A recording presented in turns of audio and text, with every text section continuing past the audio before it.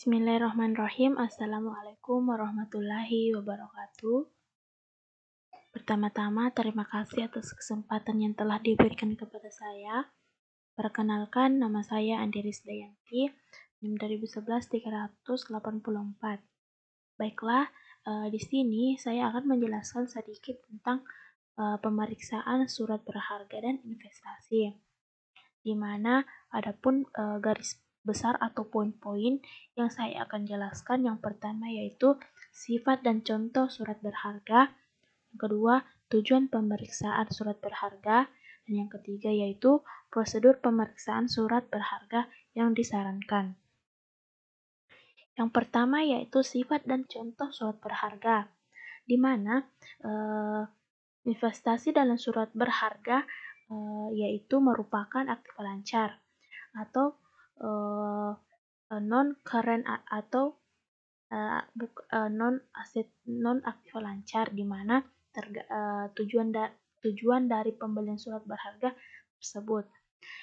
Menurut PSAK nomor 1 halaman 1.10, surat berharga yaitu yang diklasifikasikan sebagai aktiva lancar apabila surat berharga tersebut diharapkan akan direalisasi dalam jangka waktu 12 bulan dari tanggal neraca, dan jika lebih dari 12 bulan diklasifikasikan sebagai aktiva tidak lancar. Dan akuntansi untuk investasi menurut PSAK nomor 13 halaman 13.1,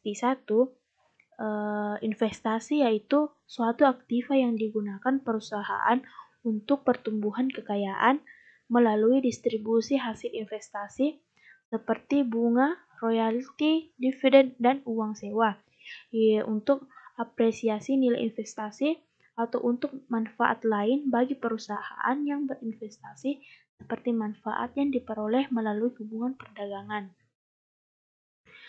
Di mana surat berharga digolongkan sebagai long-term investment yang biasanya dibeli dengan tujuan sebagai berikut. Yang pertama, untuk menguasai manajemen dari perusahaan yang sahamnya dibeli atau lebih besar atau sama dengan 50% dari saham yang beredar. Jadi yang tersebar begitu.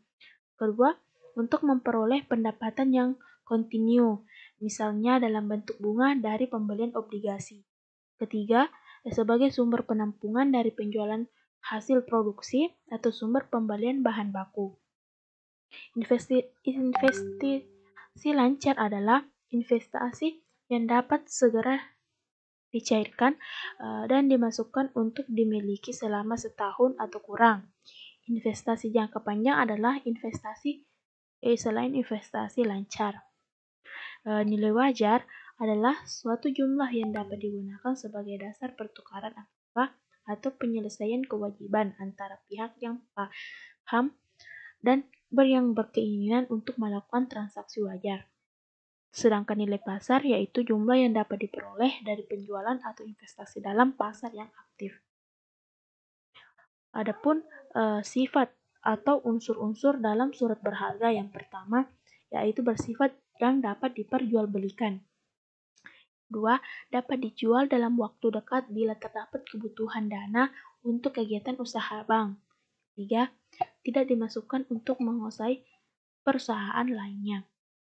Yang ketiga yang ciri-ciri surat berharga. Yang pertama, surat berharga berbentuk dokumen tulis. Yang kedua, surat berharga harus menulis nama. Tiga, terdapat beberapa tanda tangan dari pihak terkait. Keempat, surat berharga merupakan perintah atau janji tanpa syarat. Kelima, di dalam surat berharga terdapat akta perintah atau janji membayar. 6. Di dalam surat berharga terdapat nama orang yang membayar. 7. Terdapat keterangan waktu pembayaran yang harus dilakukan. Macam-macam surat berharga. Ada yang wesel, cek, surat sanggup, bid giro, promos, konsumen, saham, obligasi, dan surat berharga lainnya. Dan ada pun tujuan pemeriksaan surat berharga. Yang pertama yaitu untuk memeriksa apakah terdapat interkontrol yang cukup baik atas temporary dan long-term investment. Kedua, untuk memeriksa apakah surat berharga yang tercantum di neraca betul-betul ada, dimiliki oleh atas nama perusahaan per tanggal neraca. Ketiga, untuk memeriksa apakah semua pendapatan dan penerimaan yang berasal dari surat berharga tersebut telah dibukukan dan uangnya diterima oleh perusahaan. Empat, untuk memeriksa apakah penilaian dari surat berharga tersebut sesuai dengan prinsip akuntansi yang berlaku umum di Indonesia atau SAK. Kelima, untuk memeriksa apakah penyajian di dalam laporan keuangan itu sesuai dengan prinsip akuntansi yang berlaku umum di Indonesia. Adapun prosedur pemeriksaan surat berharga yang disarankan. Yang pertama yaitu pelajari dan evaluasi interkontrol atas temporary dan long-term investment. Kedua, minta rincian surat berharga yang diperlihatkan saldo awal, penambahan dan pengurangan serta saldo akhirnya. Yang ketiga, periksa fisik dari surat-surat berharga tersebut dan juga pemilikannya, apakah atas nama perusahaan. Biasanya pemeriksaan fisik dilakukan bersamaan dengan cash name.